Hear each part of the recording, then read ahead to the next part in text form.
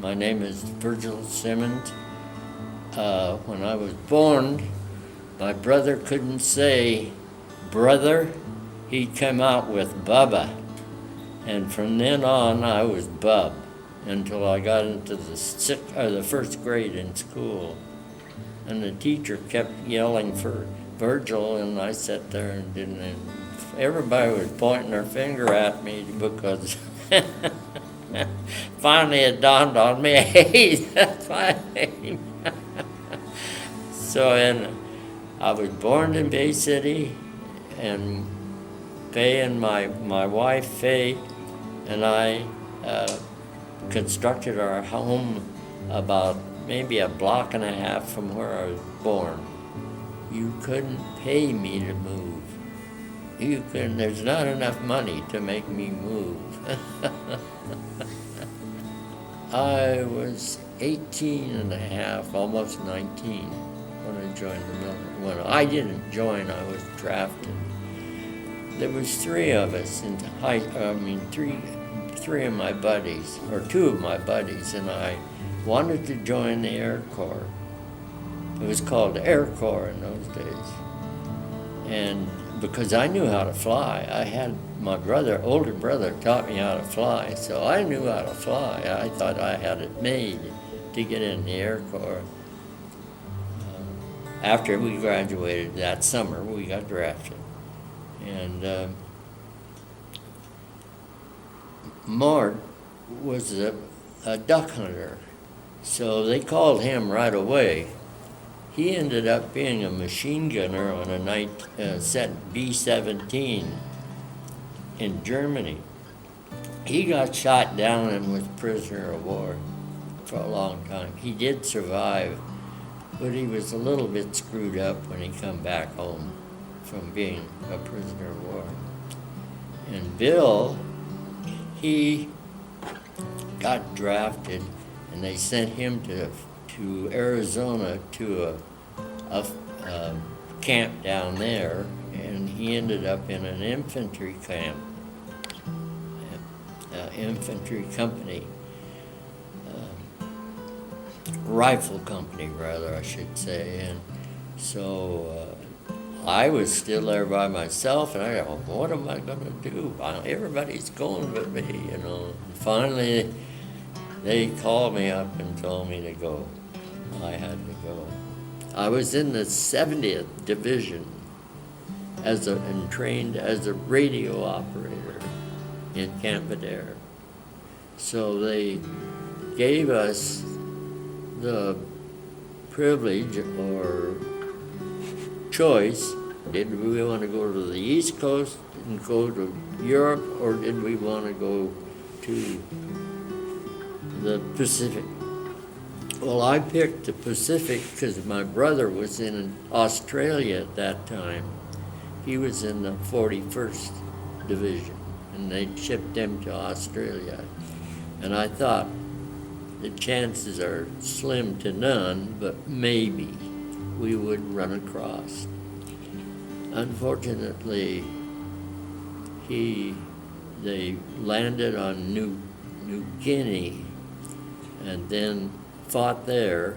My brother fought there, and then they shipped a bunch of them over to an island called Biak, and he was there, and the company was pinned down with mortar shells. Japanese were firing mortar shells on them. So Raymond, my brother, crawled up on top of this knoll, and he saw where they were coming from. So he crawled up there on top of this knoll and directed our artillery on to the Japanese. And when he got them bracketed, that means the shells were landing where they were. He got shot with a mortar came down and hit him right in the back, and it exploded, so he was dead. He got killed. And so that ended my idea of running across my brother. We loaded onto a ship and we headed for the Pacific. We were going to go to Truck. I think the island was named Truck, and land. And we got almost there and we got a stand down order.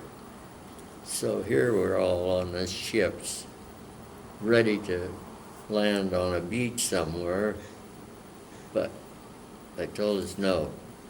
So we practiced landings on another beach somewhere on some island, I don't know what it was, for a while, and then finally we got orders to load up and get ready. So we got back on the boats, and well, we were on the boats most of the time. And we headed for Lady Island with MacArthur. And we fought there. And we were up on Catman Hill. By this time, I was a demolition squad leader. From a radio operator to a demolition squad leader. What a change. And they always said that you don't hear the one that gets you. Well, I heard that baby coming.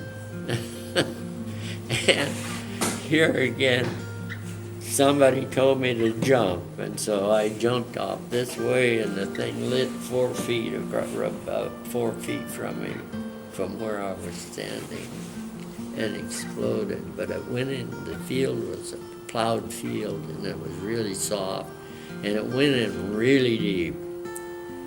So I got small pieces of shrapnel in my back, and I had a watch on. It blew the watch off my wrist. I got a scar there, and a scar here, scars in my back, but I was still mobile.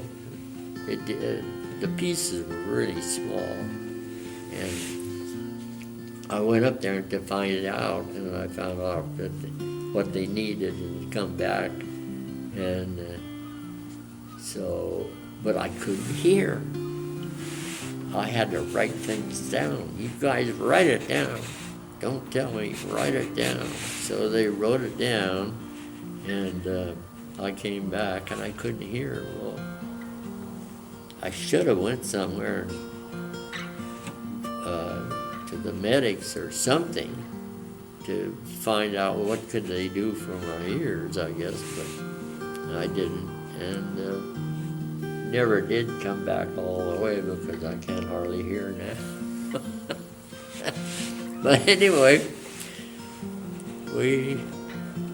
there was another Purple Heart put on my chest after the battle was over, plus 3 Bronze Stars. I joined the National Guard after I got home. Reserve. It's a reserve unit. And I finally got my wish to fly. I was the air officer. I studied and I got a commission. The old general that I told him, I can't be an officer. I'm not tall enough, nor am I big enough. And he said, we can fix that. So he fixed it so I could I got a commission as a 2nd lieutenant. And I worked at that, and then finally I got up to a 1st and a captain, and they called me up, and they made a major out of me. I'm going up the rank very fast. And then I finally got out as a lieutenant colonel, 5'2", 135 pounds. I've always said that when we came back, we had a tough life. It was tough in the 20s and 30s and 40s. We had a tough life. Food was hard to get, and there was no jobs. And they had that WCA and for people to work and other things like that. But that was it.